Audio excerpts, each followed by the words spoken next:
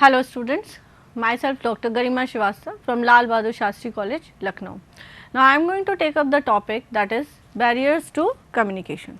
When we talk about communication, it is a very important process in the organization and it plays a key role to transfer the information from sender to the receiver in the organization. An organization cannot work without communication because it has to communicate all kind of information from the sender to the receiver. Now, if this information is not sent up in a proper manner, it is not perceived in a proper manner, any process cannot be continued in a smooth manner. So, now why does it not proceed in a smooth manner? Communication should always proceed in a very smooth manner. As it is being sent, it should be perceived in a same manner. Now, we know the basic characteristics of communication, what should be there, what things should be understood, what are the actual qualities of a sender or a receiver, but sometimes there remains some kind of barriers in communication. Now, due to these barriers, due to this distortion, the communication cannot be done in an effective manner. Whatever information you are sending as a sender to the receiver, it will be somewhat distorted. And what will happen? The perceived information will not be the same as was being sent. So, the specific items that can distort or prevent communication within an organization are called barriers to communication. Now, we see the barriers of communication, they can be divided into 4 types: organizational barrier, individual barriers, semantic barriers and other barriers. If we look into the organization barriers, they are related to organization itself. That means what an organization is, what are its internal and external factors that influence the communication. So, the factors of organization, various factors of organization, its structure, they represent, they form, they constitute the organizational barriers. The second one, if we see, it is individual barriers. Individuals are the people or the employees of the organization. Now, the people who are working in the organization, they also have certain kind of disparity, they have certain kind of misconceptions due to which the barriers come from the side of the individual employees. Now, these are called as individual barriers, such as there may be differences in perception, there may be differences in personality, there may be fear of telling something or suggesting, there may be stereotyping, halo effect or inattention. Now, thirdly, we can have semantic barriers. Semantic barriers are related to some kind of things that some kind of words or sentences that we use during our communication. Now, the formation of sentences, the choice of the word that the words we are using to form this sentence, the choice of jargons, choice of different technical terms that we are using to deliver this information to the receiver are all composed in semantic barriers. Apart from all these 3 barriers, organizational barrier, individual barriers and semantic barriers, we also have other barriers such as information overload, faulty expression, status or power differences, negative attitude to chance and noise. Now, first of all, we take up the organizational behaviors, organization barriers. Now, what are the organizational barriers? I have already told the factors related to organizational functioning of different processes or functions are termed as organizational barriers. Now, these factors can be as follows. The first one, organization rules and policies. The organization policies defines the relationship between the employees and the way they shall communicate with each other, maintaining their levels of position in the organization. So, if in the organization a policy a policy is that all the communication should be done in a written manner, then even a small message, the medium should be in written form. This leads to delay in transmission of message and hence decision making may get delayed.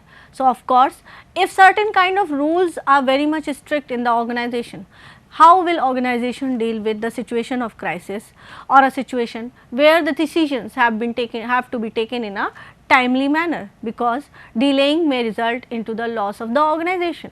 Such kind of rules and policies needs to be made flexible, or at least needs to be checked regularly, so that organization is able to face the crisis situation very easily. Secondly, status or hierarchical positions in the organization. Now, status or hierarchical position in the organization means whenever we see the organization, there is always a structure in the organization. What does this structure mean? Structure means how the people are placed in an organization. It can be top management, middle management, or the lower management. Of course, when we talk about top management, the people who are at the top of the organization, that means they basically prepare the policies, rules, regulations, decisions for the people under down the line. Similarly, there are people middle management, they are specifically the people who prepare the report for the top management, and they prepare the people down the line to do the work for them. In every organization, the employees are divided in several categories on the basis of their levels in the organization. The people occupying the upper echelon of the hierarchy are the superiors to the ones occupying the lower level. So, of course, the people lying in the upper echelon are called as top management peoples, and then we go down the line, middle management and the lower management. Such as the lower level employees might be reluctant in sending an information or message to the superior because of fear in his mind of sending a faulty or wrong message. So, due to this status, there may be, due to this power, there may be a feeling of fear in the minds of the employees. So, whenever they are putting up their messages to the people in upward in the hierarchy, they are always in a doubt that whether their message is faulty or wrong. Thirdly, if we see, it is organizational facilities. When we talk about the facilities of the organization, it can be telephone, stationery, translator and other infrastructural facilities in the organization. Now, all these infrastructure facilities in the organization, they help in proper communication facilitation of the organization, which is being provided to the employees to facilitate in the communication. In the absence of such facilities, the communication may get adversely affected. Now, of course, if we do not have proper telephone lines, proper printers, photocopiers, stationery, translators, or suppose proper lighting, that information may get delayed. Why? Because people will be devoid of these facilities. So, how will they get the certain kind of outputs like printouts, hard copies of certain policies, rules, notices. So, to do so, organization needs to see continuously that these facilities are being filled up very efficiently in the organization. Then lastly, we have complex organizational structure. Now, I have already talked about organization structure. Organization structure is made up of different management levels. Now, if we have certain complex structure, that means the proper channel of communication, proper line of command, proper line of authority is not explained, then the communication gets despaired, the communication gets affected, but people do not know down the line that whom they have to report, whom they have to meet for their different problems. Similarly, the management will also not know to whom they have to give this notice of the policies or the rules that they have formed. The communication gets affected if there are greater number of management levels in the organization. With more levels, the communication gets delayed and might change before reaching the intended receiver. That means, more and more nodes will increase the time of the reaching of your communication to the proper receiver. And of course, if the number of nodes are more in the network of the communication, then there are more chances of leakage of information. Now, when we see into the individual barriers, what are they? Individual barriers often arise from the employees, from the point of view of employees. That means, when we talk about the different perceptions of the people who are working in the organization, first of all, we have physical barriers, marked out territories, empires and areas to which strangers are not allowed. Closed office doors, barriers, screens and separate areas for the people of different status. Large working areas are not working in one unit, that is physically separate from one another. Now, this kind of separation of different levels in the organization, that means infrastructural separation, or it may be some kind of physical separation, physical barrier between the people who are working in the same organization. It may lead to a problem, it may lead to a thought process of the people who are working in the organization. People down the line may feel that they are being ignored, they are being kept down the authority, they are being kept leveled down the authority in the organization. So, it will pose a threat to the organization, because the people will not think that they belong to the organization and organization is thinking for them. Secondly, perceptual behavior. The perceptual word comes from perception, that means what people perceive. Every person in the organization, he perceives any information through his or her own knowledge or understanding. Now, therefore, every person's perception will differ. So, the perceptual problem in the communicating with others is that we all see the world in different manner. If we didn't, we would have no need to communicate. Something like extrasensory perception would take its place. Thirdly, we have emotional barriers. One of the chief barrier to open the free communication is emotions. Emotional barrier is comprised of mainly fear, mistrust and suspicion. Now, what is emotional barrier? Emotional barriers arise when the people feel negatively for the organization. Now, this feeling of negativeness towards the organization creates an emotional barrier amongst the people.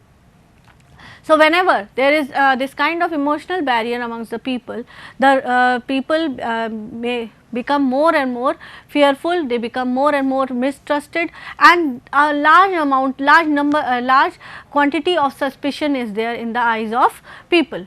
The roots of our emotional mistrust of others lie in our childhood and infancy, when we were taught to be careful about what we said to others. For example, don't speak until you are spoken to. This kind of a statement is a very hurting statement, or it can be a very rude statement which may hurt the emotions of the people working in the organization. Instead, you can say, whenever you are being asked, only give them the suggestions, or suggestions are always welcomed. Of course, you can welcome the suggestions of the people. It is your choice whether you take up those suggestions or not. So, secondly, if we see the other sentence, that is, children should be seen and not heard. That means you are being more rude, you are being more strict in this kind of sentence. So, these kind of sentences should be avoided in the organization. What will happen as a result? Many people hold back for communicating their thoughts and feelings to others. Fourthly, if we see, we have cultural barriers. When we join a group and wish to remain in it, sooner or later we need to adopt the behavior and pattern of the group. So, whenever we talk about groups in the organization, it may be a formal group or it may be a informal group. Now, what is a formal group? A formal group is a group which is working on a common objective in the organization. Now, this group has been formed or constituted by the organization itself. So, it will work on a certain pattern, it will work on a certain plan of action for a particular project. Similarly, if we have informal group is a group which is not formed by the organization. It is formed due to social well-being, so due to social need of the people in the organization. People need to be friends, people want their friends to be, want other people to be their friends. So, to satisfy this particular social need, they will go for a particular formation of group. These are behaviors. So, when we belong to a certain group, the group will also want that I follow the same suit as the other group. Now, there will always be a difference if I belong to an informal group or to a formal group. For a formal group, I can take up a professional measure if I want to, but for an informal group, I cannot go in a very professional manner. That means, I need to check into the needs and wants of the other people of the group, and maybe my way of thinking, my thought process will change according to my group if I belong to a informal group. These are the behaviors that the group accepts as a sign of belonging. So, if I go against, if my behavior goes against this informal group, maybe I do not belong to this group anymore. The group rewards such behavior through acts of recognition, approval and inclusion. In groups that are happy to accept you and where you are happy to confirm, there is mutuality of interest and high level of win-win contact. That means, whenever a group is there which is ready to accept you as you are, that means in the situation in which you are happy and where you are also happy to be belong to that group, then only a win-win situation will be held.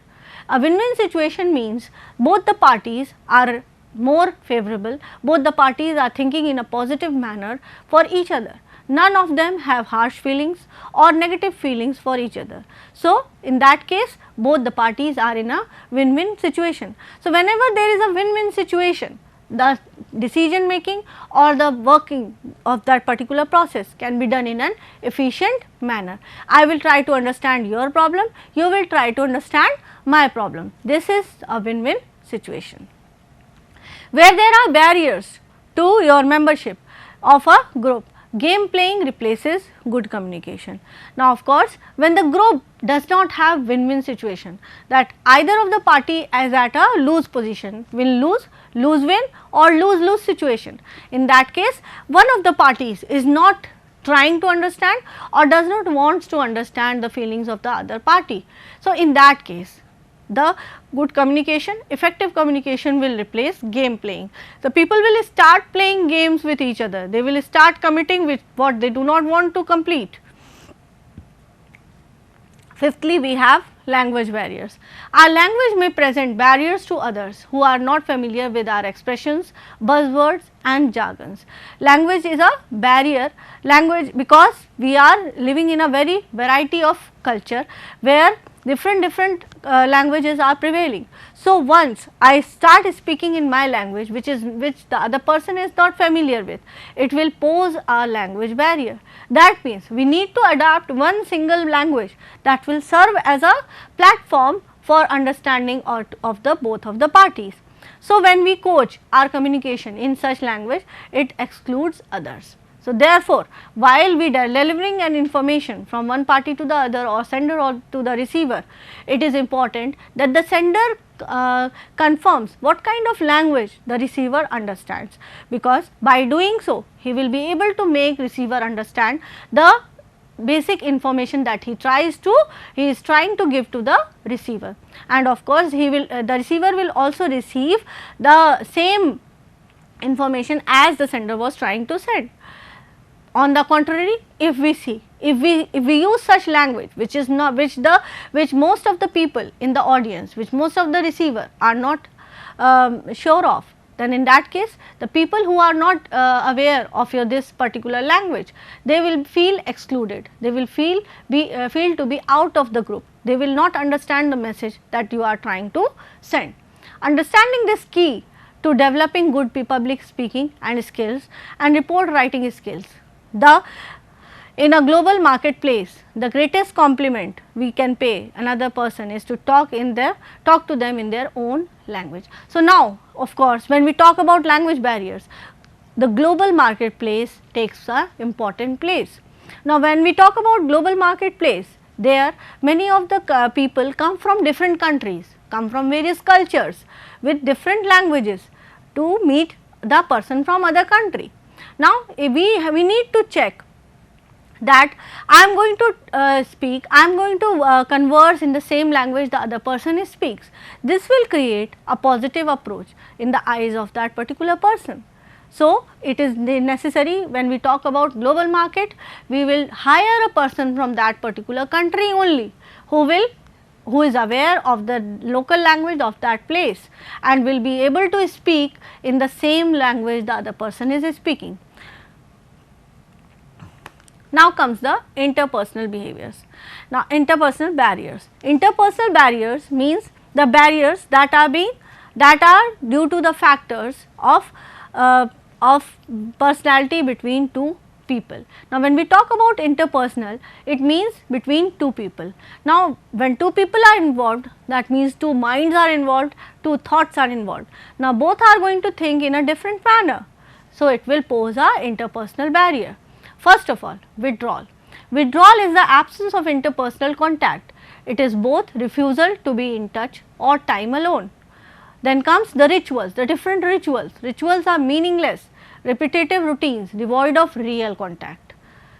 Thirdly, we can talk about pastimes. Pastimes fill up times with others in social but superficial activities. Workings.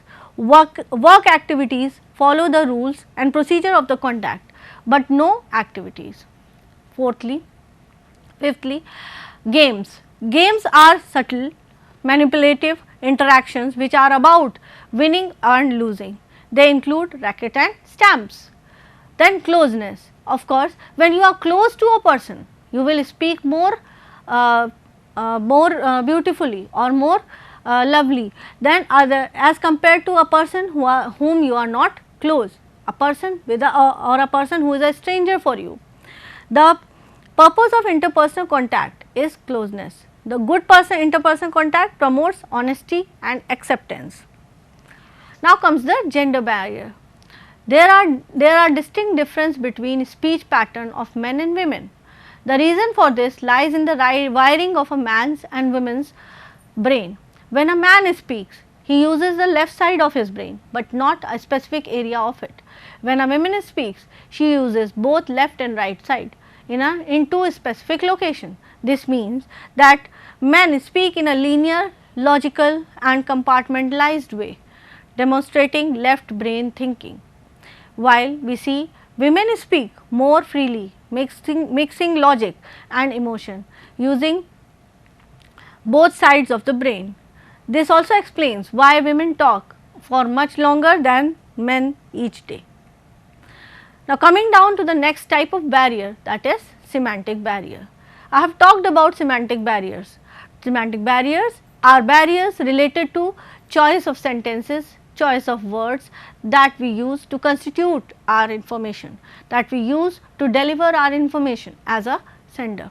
Now, it may comprise of words with different meanings, faulty translations, unclarified assumptions, denotations and connotations, technical jargons and bad expressions.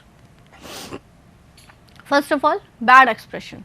The message is not formulated properly and the language used is so difficult that it could be misinterpreted by the recipient. The message is said to be badly expressed if the wrong words are chosen. The sentences are not sequenced properly and there is no frequent repetition of words or sentences. That means you need to choose right form of the words in place of different negative form of the words to express yourself more clearly when you are a sender. Secondly, when we talk about symbols or words with different meanings, of course, when we make sentences, we often speak words which have different meanings or same words which have very different meanings.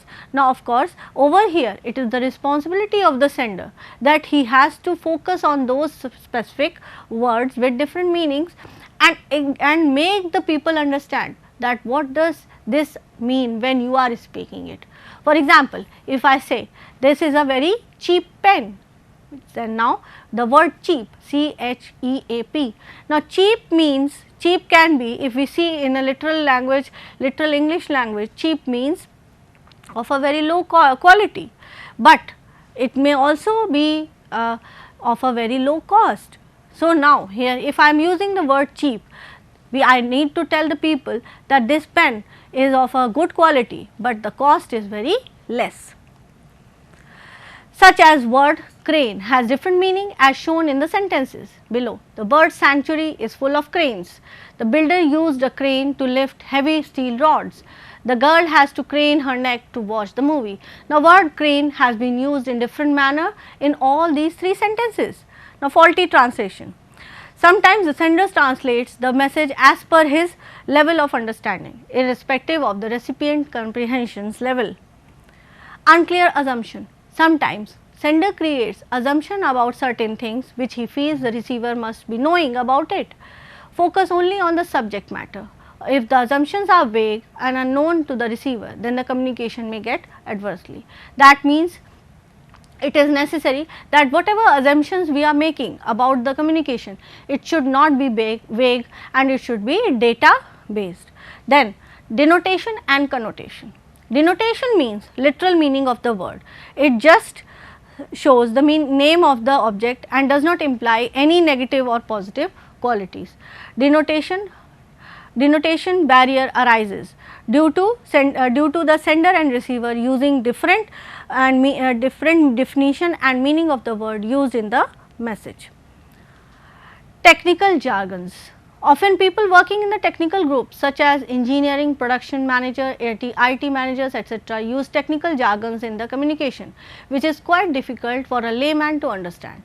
Thus, use of such technical jargons is should not be done more and more in the communication, because they act as a barrier in communication. Now, we have the last part, that is other barriers. Apart from all the three barriers we have discussed, some other barriers are there. The first one is the information overload.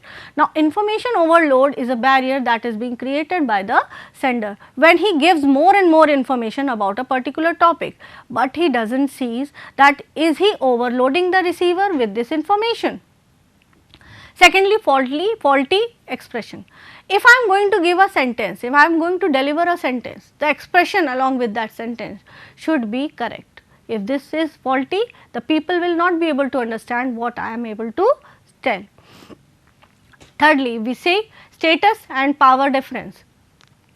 Sometimes there is difference in the status of the people in the organization as well as in the society. So, now due to this status or power, the people are not able to deliver the information in a proper manner.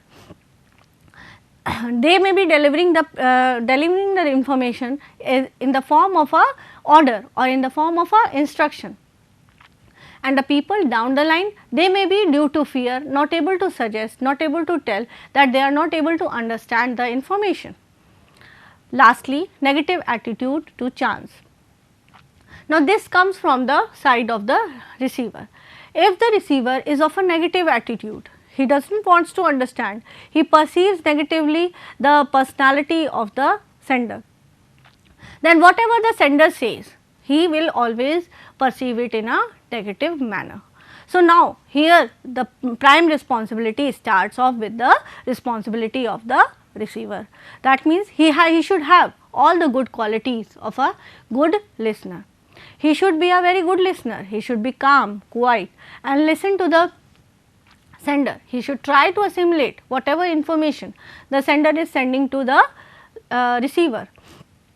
He should understand the person. He should also try to interact with the person as a listener. As a listener, this person should not be rude. He should try to understand whatever is being told to him or whatever is being delivered to him. Similarly, if we see, sender should also have certain kind of qualities to reduce these barriers. Now, these barriers can be reduced how? By the qualities of a sender as well as the qualities of the receiver. So, sender should keep all such points in the mind before delivering the information, as well as receiver should also be calm and quiet and listen to the sender what information is being given to him. Thank you.